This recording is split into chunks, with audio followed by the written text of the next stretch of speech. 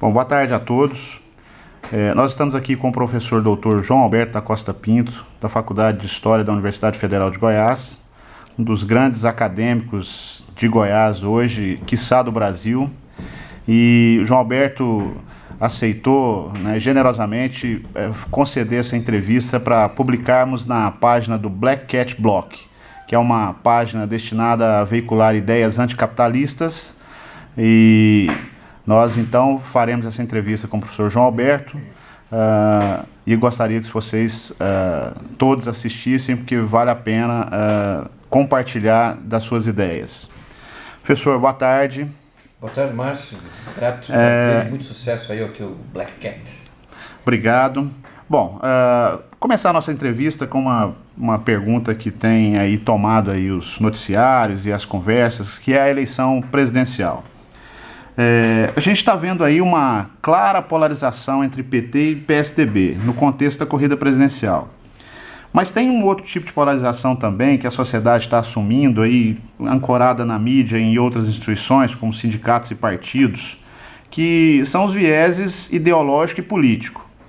Bom, de um lado, nós temos a direita reacionária que demoniza o PT com um discurso moralizante contra a corrupção e má gestão, e de outro, a institucionalidade ligada ao PT, né, que contra-ataca com um discurso que repudia o retorno a um passado de atraso social que teria sido a marca genética do PSDB.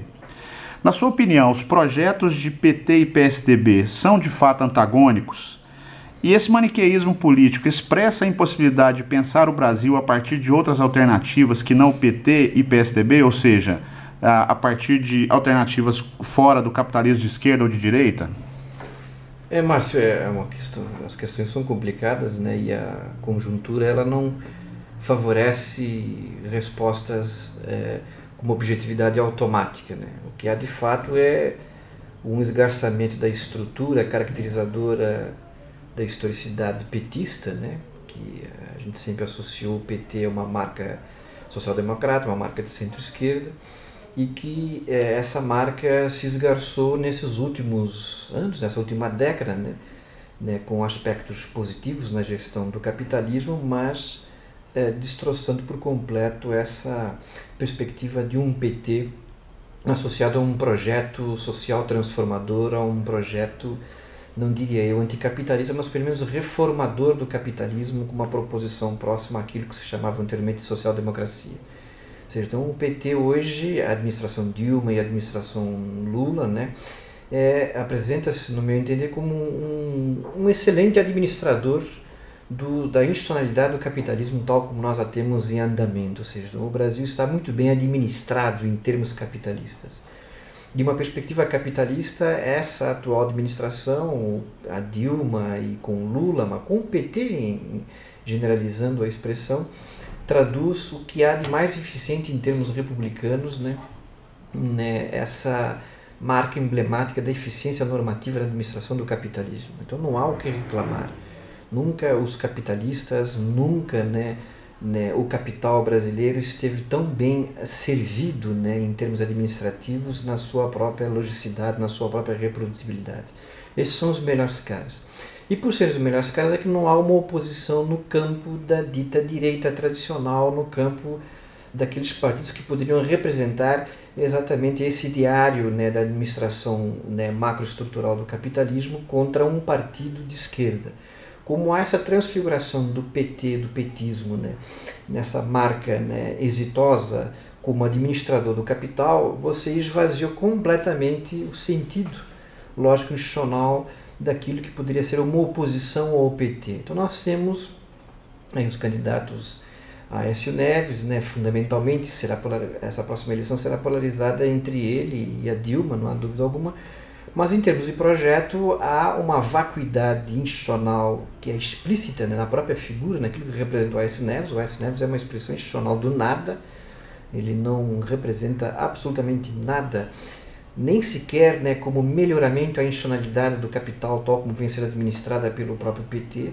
Então é uma eleição que terá como posições, né, desastrosas no que se refere à campanha, por ilações, má-fé, essas questões todas que são sempre associadas, né, à campanha eleitoral, mas enquanto projeto para o país não há distinção alguma, portanto, em pauta. Não há, nesse sentido, no campo da direita tradicional, e eu coloco a direita tradicional e os demais partidos junto com o PSDB, nada que possa sequer ser equivalente em termos de possibilidade administrativa para o capitalismo, tal como o PT vem desenvolvendo. Então é uma eleição que será inquestionavelmente vencida, e talvez até no primeiro turno, pela presidente Dilma, que é a melhor gestora, a melhor tecnocrata, né, do projeto capitalista, e não há o equivalente. No campo daquilo que poderia se chamar de esquerda capitalista, ou seja, naqueles demais, que a esquerda capitalista é uma esquerda institucionalizada, uma esquerda que não tem veiculação alguma como um processo ou um projeto de transformação social do país, mas simplesmente, né, querer ser um sócio menor ou até mesmo, né, o dirigente maior da própria gestão do capital, tal como está, com algumas reformas aqui e acolá. O caso sintomático é o PCdoB, que é uma caricatura de esquerda, a expressão institucional, sabe, do oportunismo, da má-fé, em termos de uma radicalidade espantosa. Nunca vi tamanho oportunismo institucional como a militância, como esses membros do Partido Comunista do Brasil, como o PCdoB, no que se refere a se legitimar institucionalmente como pequenos parceiros, pequenos sócios, pequenos gestores, ou seja, gestores dos serviços intermediários desse grande empreendimento estatal a que está vinculado o projeto petista no comando nacional do capitalismo, né? Então isso não conta como esquerda, isso não conta como mais para nada. Destruiu-se completamente, esvaziou-se completamente o seu sentido, se é que havia algum sentido programático no que se refere a um conteúdo social transformador. Não há absolutamente nada nesse aspecto associado ao PCdoB. E nós temos os outros pequenos partidos, né? Temos o PSOL, temos o PCB, na sua organização, que você encontra aí marcas de uma boa intenção no que se refere a uma dinâmica de defesa da democracia institucional brasileira, principalmente agora no momento agudo em que há uma forte repressão institucional do Estado brasileiro, né, e de alguns governos, fundamentalmente o governo PSDB em São Paulo, o PSDB aqui em Goiás, né, e o governo do próprio PT aqui em Goiânia, né, ou seja, que são partidos que expressariam, né, eleitoralmente essa perspectiva de uma administração democrática, uma administração mais plural, uma administração com um conteúdo socialmente estabelecido por critérios de negociação válidos. Mas isso é uma fantasia acreditar que desse pequeno universo restrito em termos institucionais ao PSOL e ao PCB possa aparecer,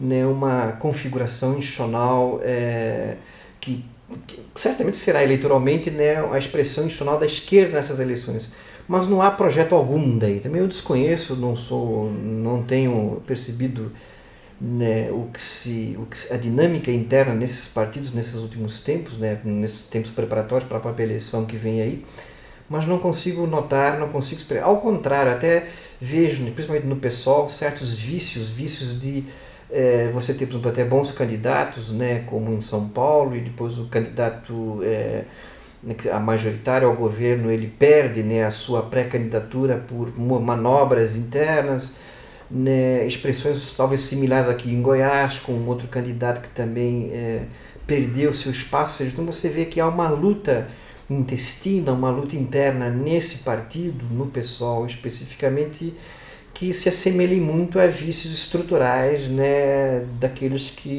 dos demais partidos, até mesmo da direita, no que se refere à composição e ao controle da máquina e ao princípio da máquina estar a serviço de um ou dois nomes, né, para esse momento eleitoral. Não quero discutir se há dinheiro, se há nada. O PSTU não vou comentar porque não me interessa comentar, não comportou-se mal, como sempre se comporta no que se refere aos movimentos, aos levantes do ano passado, à perspectiva autonomista, quando as ruas, né, falaram e disseram e apresentaram de fato uma política com distinções, né, fundamentais e uma pauta de reivindicações que me parece ser essencial, essa questão dos transportes, entre muitas outras, né?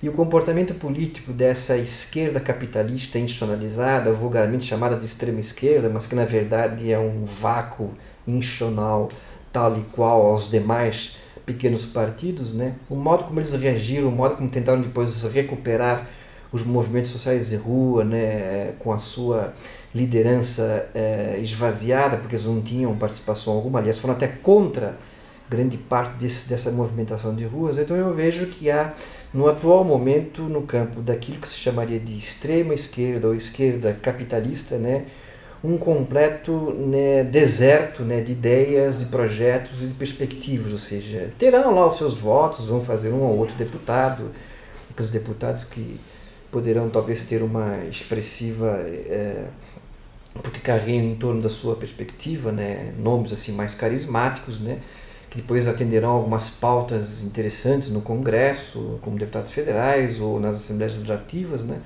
mas apenas isso, limita-se a isso. Ou seja, então é mais uma eleição a ser ganha a nível nacional pelo PT, né, mais uma eleição que, claro, terá algumas distinções formais no que se refere aos candidatos ao governo, ou seja, acho pouco provável que em São Paulo o PT com o Padilha possa engatar um projeto, né, de